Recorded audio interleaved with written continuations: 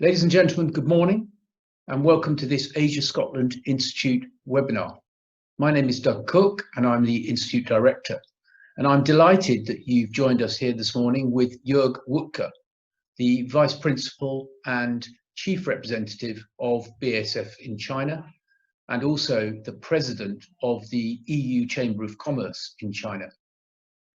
And so, without further ado, I will pass over to Roddy Gao, the founder and chairman of the Asia Scotland Institute.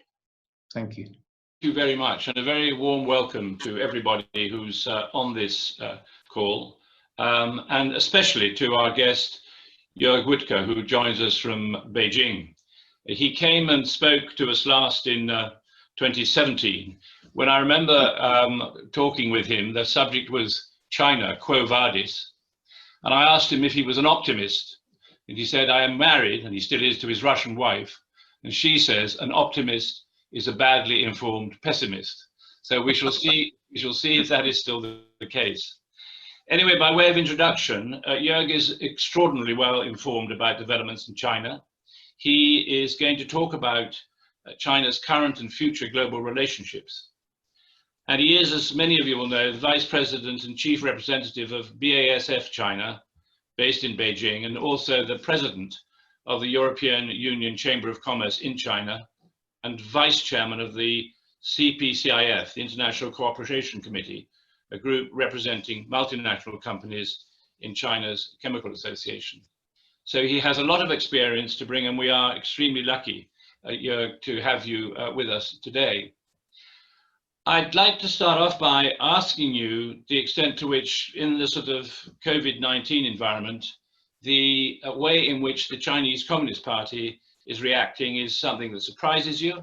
And if you could give us a feel, back to the Quo Vadis, I suppose, phrase again, the direction of travel that China is on right now. Yeah, thank you for this opportunity. I wish I could be in Scotland personally, and I always cherish a good Scotch. I would love to have a Scotch right now with me, but I have another BASF telephone conference afterwards. Well, I mean, the Communist Party has basically botched the virus in the beginning by not actually reacting fast enough. I think there's a huge discussion going on in this country about, you know, where did it come from?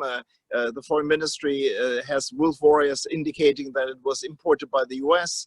But of course, every reaction initially from the Chinese government in Hubei and Wuhan indicates that actually it comes from the region around a wet market. But again, the source is not clear yet, but of course it will be hotly discussed. And in a way, it has brought out an incredible a reaction from the Communist Party from basically 23rd of January, complete lockdown of a city, and later on a lockdown virtually of the whole country. And that's what they're really good at. We had, of course, the Chinese New Year. People would be traveling, but the Chinese party government has managed the later phase of this corona challenge actually seriously very well, and has kept the numbers in check. Now we are still sort of in the kind of recovery phase. As of today, the schools were supposed to be open, but today a new corona case was found in Beijing, and the school for third grade and below and the kindergarten was basically called off again. So one case causes this kind of strong reaction. And if you compare this with my own country, Germany, where people are already without masks on the street, this is very, very different. So in a way, the Communist Party was very lucky to have as disciplined as people as their own citizens. Yeah, thank you. We were talking before the start of this call, you and I, about the reaction of other countries to COVID-19. We know that Vietnam and South Korea and Singapore all reacted quite swiftly. But turning again to Europe, with which you have close connections clearly, and your own country, Germany, what would you say about the European reaction to COVID-19? Well, the interesting thing that also is being discussed here, do autocracies have a better system in order to cope with the lockdown, keeping their people in check and enforcing this? are democracies, and that's normally what the US stands for, as chaotic and as irresponsible. And of course, that's the party line. I always try to say that among the top 10 countries that have responded and have the lowest rate, actually, it's very interesting to see that 5 or 6 of them actually are run by women. So it seems to be the winning formula is to have a woman in charge of a country, such as Merkel or the New Zealand or the Norwegian or the Finnish, in order to actually shut down a country and be responsible in the way how they communicate. And that country is run by populists, and that is the Brazilians, of course, Trump, and also I would put Putin in there, of course, have this huge fight and struggle, and are still in the midst of all this struggle. So in a way, I guess that we have to learn that the kind of empathy and clear directions is very much needed. And secondly, again, I think the coronavirus has shown a united Europe would have been dealing with this much, much better, because the Maastricht Agreement made it very clear that healthcare is a national matter. So there was no mandate for the European Commission to act, and hence this kind of island solutions, at the end of it, didn't turn out to be well in most countries.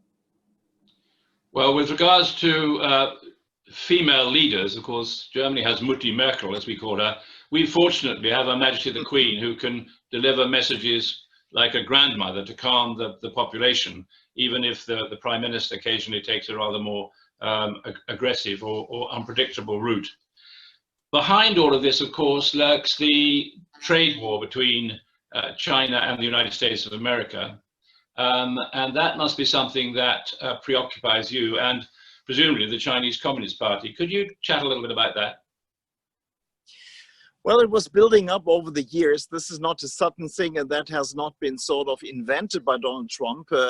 I mean, in the second Obama administration, frustration was building up about promises that China did, such as not militarization of the South China Seas.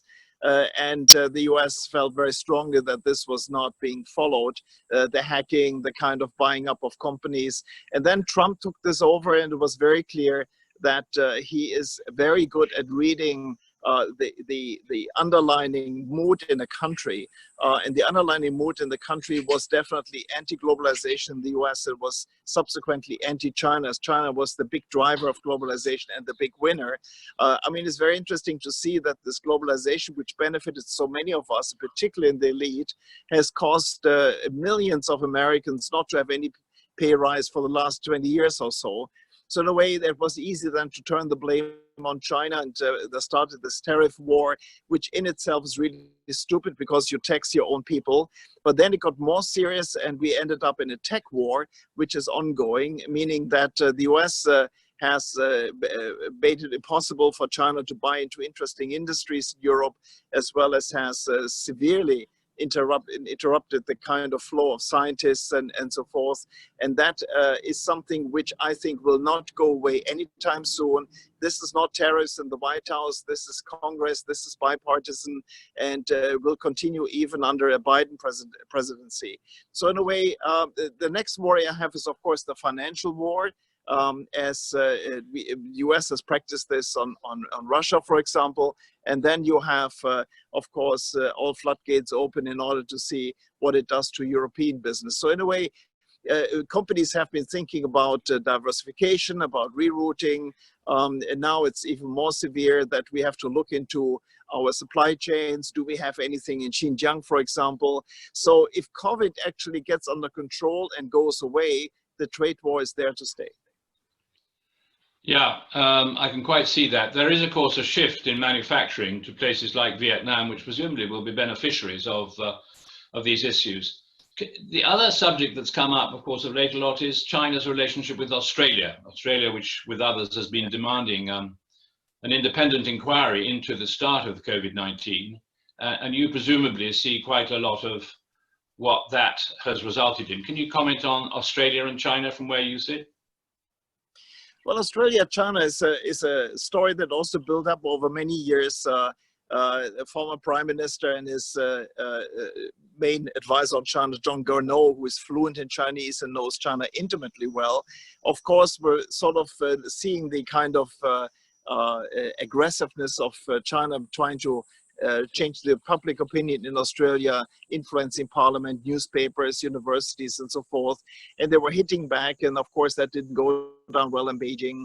And as Australia is so dependent on China for iron ore, coal, and other items from the agriculture side, of course the leverage is all in Beijing, and Beijing has been hitting Australia really, really hard, and there seems to be a slippery slope downhill and no exit ramp. So I'm very pessimistic, and I feel very bad for Australia, I must say, that China is taking Australia as an example and hits them so hard in order to teach other countries a lesson. So I'm really worried about how that goes. But coming back to your other point of Vietnam, you know, when we ask our members, we published a report 2 days ago, a survey about how our members feel. You can go on the website of the European Chamber and download this. There's no money involved, no membership, and so forth. It was again confirmed that only 10% of our members considering to move outside of China. That is equal to the numbers we see from AmCham. So actually it's a minority that it considers, is not actively moving out, and for a very good reason. I mean, if you move from China, you go to Vietnam, which has less than 100 million people, which is less than the population of Guangdong province, then of course you reach the ceiling very fast when it comes to infrastructure, logistics, and population, educated population.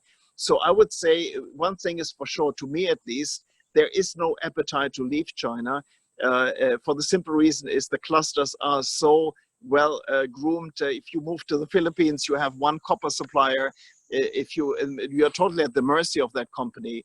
If you are in Jiangsu province, you have possibly 10 in the vicinity of 100 kilometers. You have choice, you have competitiveness, and why would you move out of there? And the second reason, of course, is the growth potential of China, despite, of course, the fact that we are going into a little recession over here. We have an economic headwinds. The long-term picture is absolute crystal clear to me, at least. 30% of global growth in the next 10 years will come out of China. And in my business, chemicals, it's going to be 60%, 60. So if you move out of China, really you shoot yourself in the foot. And 30% of global growth in China is the same magnitude of all the OECD's countries' growth potential in the next years, 10 years put together. It sounds like a sort of a massive economic wave, which can't be stopped in many ways. And yet there is an aspect of this, and we'll come on to Hong Kong in a second, where large global companies are being accused of kowtowing to the Chinese Communist Party in order to remain in their good books. Obviously, two examples would be a Standard Chartered Bank and HSBC. Is there a lot of that going on? Overseas companies or non-Chinese companies having to obey what the Communist Party says? Oh, this has been going on for a long, long time, that China has been using its leverage, its size, its might in order to make companies kowtow. I mean, for a German, everyone still remembers the fact when Daimler got into trouble and the CEO had to write a very humbling letter to the Chinese ambassador to Berlin, which earned him a front page in the Manager magazine, our biggest monthly economic paper, with a Mao hat on and basically looking like Mao Zedong. So the way this has been going on for a long time, very unfortunate that China has a tendency of politicizing a lot of stuff and punishing countries such as Norway when they gave the Nobel Prize to Liu Xiaobo and other countries. And we have been complaining about this for quite a long time. And I was trying to tell China that now we are between a rock and a hard place. I mean, just look at the reaction recently when China was punishing the Houston Rockets for a statement on Hong Kong. And the same moment Marco Rubio brought this up in Congress and was punishing Federal Express, that is the company that also associated with this and it caused problems there. So we said, guys, you know, we can't be right. I mean, we either get criticized on our home base, that's where our shareholders mostly sit, or we get criticized in the largest future market, which is China. So what do you want? And unfortunately, in the case of HSBC and Standard, the matter of Hong Kong is of such high importance to China that they wanted to subdue two companies, two banks that actually print money in the People's Republic of China, meaning they're printing the Hong Kong dollars. So in a way, yes, we are all fully aware of this. We all try to stay below the radar. We need chambers such as AmCham and our European chamber in order to bring this to the attention and to warn our members that this is by far getting more and more politicized in these days. And but it's very, very hard. And again, there is an increasing appetite in parliaments around the Western world in order to criticize companies for caving in. And yeah, I mean, I have great sympathy for the decision makers in these two banks that they did what they did, despite the fact, of course, that it is quite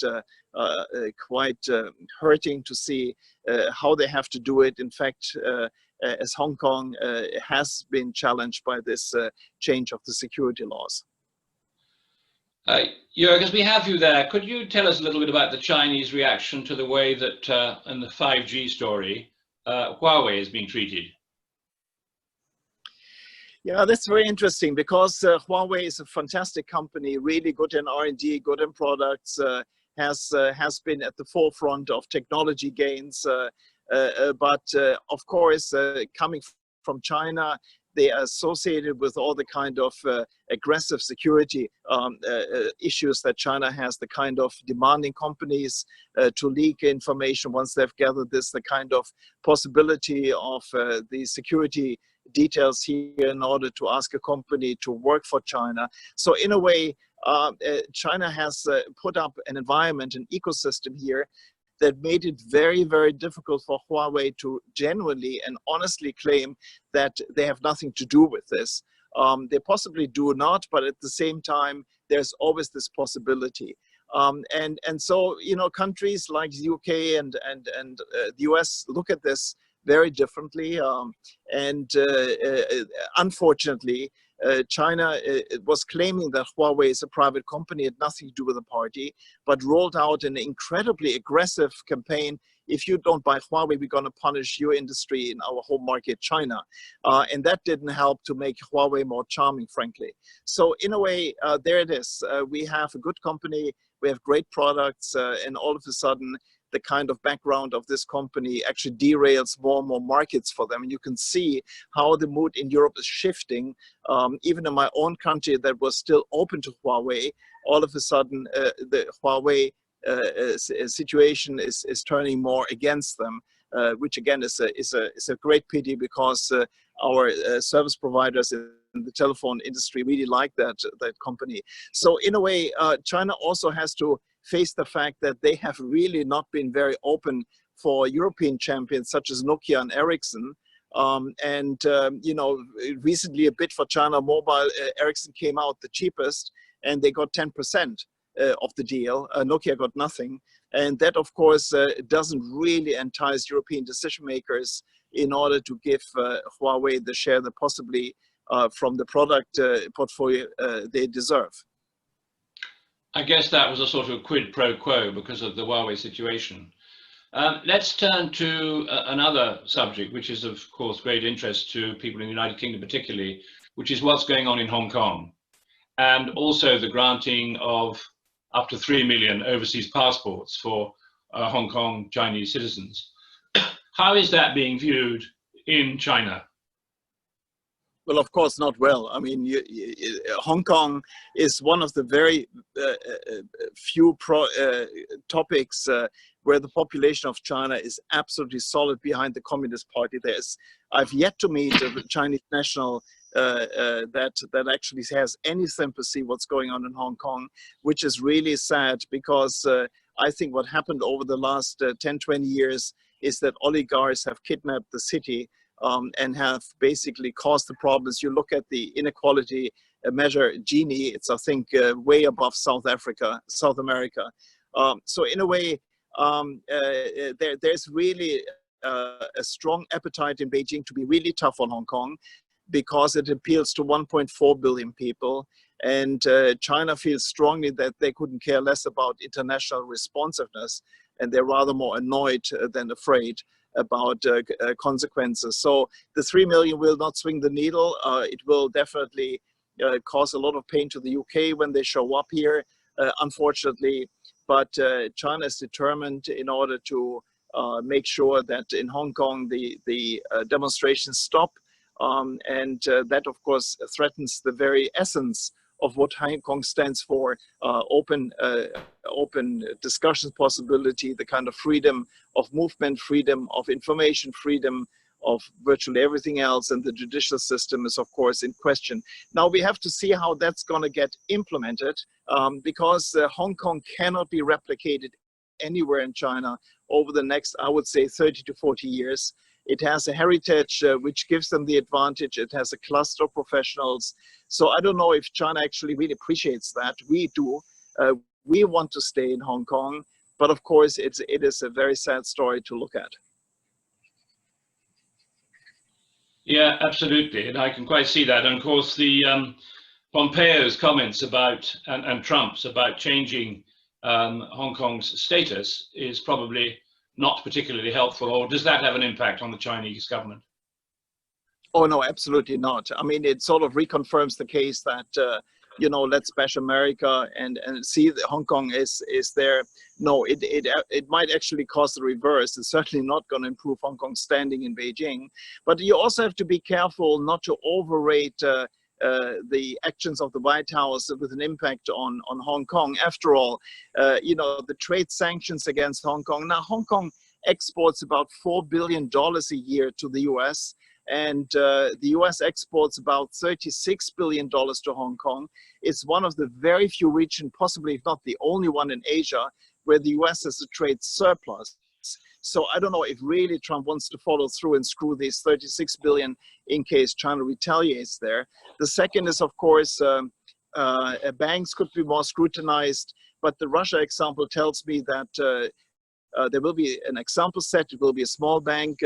US will certainly not go after the likes of HSBC, Bank of China, or the others.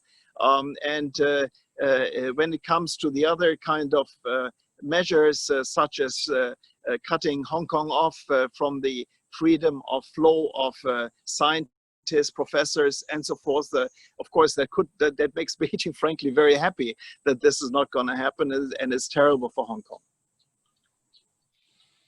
Can we just turn to one other subject before we start to open the floor up to others who have questions? I'd like to ask you about China's foreign policy in the South China Seas and the seemingly, perhaps on the back of Hong Kong, more aggressive foreign policy that's now being followed, and what impact that has, for example, on thinking of people in Taipei. Well, I mean, if you look back 140 years, you can see a nation rising out of diversity and very difficult circumstances, led by a benign leader, going through urbanization, industrialization, becoming a success story, changing leadership in 1892. Then, of course, I talk about my own country, Kaiser Wilhelm taking over and then becoming very assertive, you know, challenging the UK, you know, to find the right place in the sun, as he said, for Germany. And then it's funny enough, it always ends up with building ships that turn out to be quite useless. So in a way, what did other countries in Europe feel when Germany was rising in the early phase of the 20th century? Of course, they were nervous about it. They wanted to get along with the Imperial Germany, as I think Southeast Asia wants to get along with China. And you always hear this, you know, when they say, you know, we don't want to get asked by the US and China, are you with us or are you against us? So in a way, of course, the jittery is high. They are certainly very afraid, many of them, because of the tension building up there, the uncertainty looming over Taiwan. No, it's the assertiveness, the kind of aggressiveness that China has displayed, possibly for domestic reasons, is definitely causing nervousness around the region. And it's very, very difficult for them to act because it's a dragon, a huge dragon that is roaring down the South China Sea. So I don't know how that is going to end. I see no change in attitude over here, which in a way is rather sad because now China has managed to antagonize not only Australia, the US, and Canada, but of course also the likes of India and other countries. So it looks like China's running out of friends or acquaintances. I don't know how long it's going to last, but again, for domestic consumption, that actually works out pretty well. And since we spoke about this before when you were last here, Brexit and the change of the UK's position, do you detect that that's affecting the way in which UK advocacy for trade with China is developing or not? Well, if you are part of the largest economy in the world, if you have a bunch of trade specialists sitting in Brussels dealing with the likes of China and others, and then you basically decide to slim down to a country half the size of Guangdong province, I mean, what kind of leverage do you have? And so I guess it's going to be really difficult. And also, what is Britain to give? I mean, what can Britain offer to China? Britain is very open, and China is pretty much closed up. And I'm sure that Britain doesn't want to meet China halfway on this one. So, I mean, what kind of leverage does Britain have? So in a way, I think that's going to be really difficult. And, you know, Europe is negotiating an investment agreement with China since 7 years, 28 rounds, and we were hoping to get close to a conclusion at a summit in September, which was now postponed. I don't see that coming anytime soon. And at the same time, you can see that European Union, has been managing international trade extremely well over the last years. They concluded very good trade agreements with Japan, Korea, Vietnam, Singapore, Canada, Mercosur, and so on and so on and so on. So I always tell the Chinese, you know, Europe shows it can act, it can actually follow through to the benefit of Europe and its partners. And we're sitting there with a much smaller scoped investment agreement and get frankly nowhere. So how Britain is gonna try to catch up on this one after the Good. Jörg, thank you very much. I'm going to now see who would like to ask a question. We've lost Doug Cook for technical reasons. So if anybody has a question, could you please indicate that from where you're sitting? First of all, good morning. My name is Sunil Shastri. I run a small consultancy firm called Ocean Governance Limited, and I am a consultant expert and speaker in ocean and environmental governance. So I have a question which takes on from Roddy, your first comment, talking about being optimist, being badly informed pessimist. And I am generally well informed, so I tend to be a pessimist. And one of my comments was, again, going back to your point about what is China.